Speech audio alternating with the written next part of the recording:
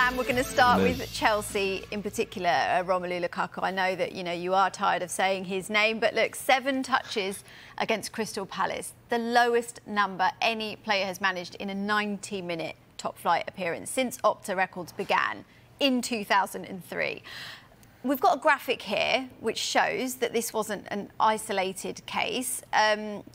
What have you made of Lukaku this season, Sam?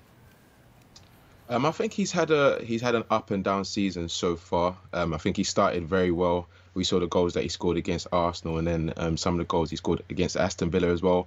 And then obviously he got his injury, got COVID as well, and then he had to come back into the team. And I think a striker like him, he's used to playing week in, week out, and a team almost getting used to how he plays. Like we know, he obviously came from Inter and playing under Conte, and we play different styles of football at Chelsea. So I can understand why he's found it kind of difficult to, adapt to the players around him, because they're very different to his former team. But at the same time, one of the main things that I do like about Lukaku is that he's just constantly trying. And that's a theme that you see in a lot of the players at Chelsea. Even if things aren't going your way, you're a striker, you're not getting goals, you're doing what's best for your team to win, and he does that. Dave, Thomas Tuchel said it's not the time to laugh about Lukaku after his recent struggles. I don't think anyone was laughing, in fairness, but do you think that Tuchel is the right man to get a tune out of him, especially given that he's the one who signed him?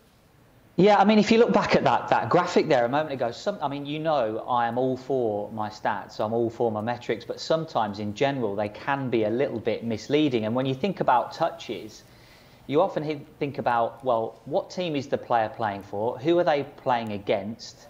Where are the touches on the pitch? And also what type of striker they are. I mean, you can see Jamie Vardy on that list there with very few touches. And I think you would say that perhaps he's not involved in the game as much as other strikers, but certainly Leicester fans would say that they've missed him this season, and he has a real significant impact on the way that Leicester City play, on the goals that they score. And then perhaps on the other end of the scale, if you look at a striker like maybe Roberto Firmino, who maybe is much more involved in the play from a Liverpool perspective, but doesn't have quite the output in terms of goals and assists as other strikers as well. So I think you have to put those kind of statistics into context when it comes to Romelu Lukaku. I think from Thomas Tuchel's point of view, he's had an interesting start to this season, or an interesting season in general when it comes to Romelu Lukaku, because there was the whole issue around the Sky in Italy interview with Lukaku, as Sam quite rightly points out. He's had the COVID issues, he's had the injury. He started the season like a train. He was absolutely magnificent, the Lukaku of Inter Milan. But then as the season has progressed, his goals have dropped off, his expected assists, his expected goals, his carries, his dribble percentage as well. And when those metrics add up, you look at a player who is lacking in self-confidence. And Thomas Tuchel mentioned it yesterday that perhaps he is lacking a little bit in self-confidence. But Thomas Tuchel has managed some of the top players in the world, and it's his job now to not only get the best out of Romelu Lukaku, but it's about the team as well. Tuchel's focus isn't just on the striker and the number 9. His focus is winning games as Chelsea manager. Now, Chelsea have got... Go on, Sam. No, sorry, I was going to say he's also come back from winning, helping Chelsea win the Club World Cup. He scored 2 important goals in that tournament, and a lot of Chelsea fans, said that that's almost was an opportunity for him to get in the good books of some fans that kind of turn their heads away from him after that interview. And I think that obviously in Crystal Palace you would want him to have more touches, to get involved in the build-up play a bit more, but at the same time we're not giving Crystal Palace that much credit as well. They defended very well in that game. They limited the spaces that he was trying to get into. They defended really well. So I think for Tuchel, he's just going to take it as a game-by-game basis. Obviously the noise around it isn't great, but we've seen it before, and I think Lukaku's the type of player that can deal with that. Sam, I'm sorry to bring this up, but Chelsea have got a history of high-profile struggling strikers, haven't they? I mean, Alvaro Morata, Fernando Torres, if you go back a little bit further, Shevchenko as well. Who has been the biggest flop for you? You could probably add a couple more to that list as well, couldn't you? Someone like wow, Dave's going in savage, just adding more to the list. Kezman or an Etu or somebody like that. I mean, I think back to Alvaro Morata that Chelsea paid such big money for him, and actually Conte wanted Lukaku when they ended up signing Morata, so it'd be him for me. But I don't think we can, at this stage, go anywhere near calling Romelu Lukaku a flop, because he is an elite striker, and he still is an elite striker. And there's no doubt in my mind, and I'm sure in Chelsea fans' mind, that he will turn this around. It's not going to end like his first spell at Chelsea, and he will regain the form that we know he can. Sam, Lukaku last season at Inter Milan, he loved it. Yeah. He was really happy. He was scoring goals. What's the difference? Is it simply the system? Is it the club? Is it actually the football in that country compared to this country? Is it off the field? Was he just happier out in Milan than he is in London? I think it's a few of those things that you mentioned. I'm not sure if it's him being happier in Italy, but at the same time, like we all know, the Premier League defensively is, we see a lot of teams how they set up against the top teams. He's probably not used to that.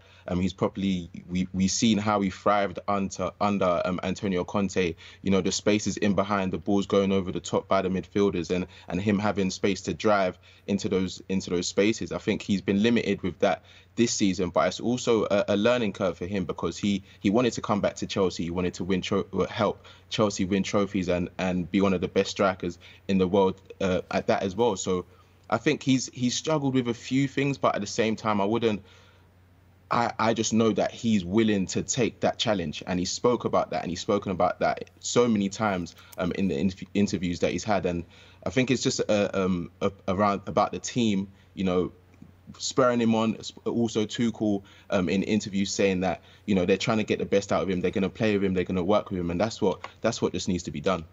I think Sam's right when he talks about a period of adaptation for Romelu Lukaku coming back to the Premier League. But then when you think about how well he did at Inter Milan, he was in a setup and a system that played him alongside a second striker in Lautaro Martinez. He was able to drift out wide, as we saw him do for Everton so effectively as well, and cut in on that left foot.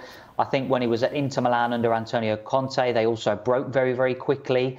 And I think Chelsea this season have gone for a more possession-based football, and Thomas Tuchel has talked about Lukaku being a focal point up front. Now, a focal point to me says a striker playing with his back to goal and helping others into play. Now, it was slightly different for him at Inter Milan, whereby he was able to run with the ball a lot more and also lay on a number of assists. He was one of the top assist maker in Serie A as well, which he hasn't managed to replicate at Chelsea. I think there will be a period of adaptation for Romelu Lukaku to change to the way that Chelsea want him to play. And I think that's then down to him in order to get that right on the pitch for him. So, Sam, quickly, play him against Lille or rest him? I think it depends on how Tuchel wants to set up. I think he's played quite a few games recently, started quite a few games in the Club World Cup, and then obviously the Palace game. And I heard Tuchel mention about how some of the players were suffering from jet lag, you know, the change in climate as well.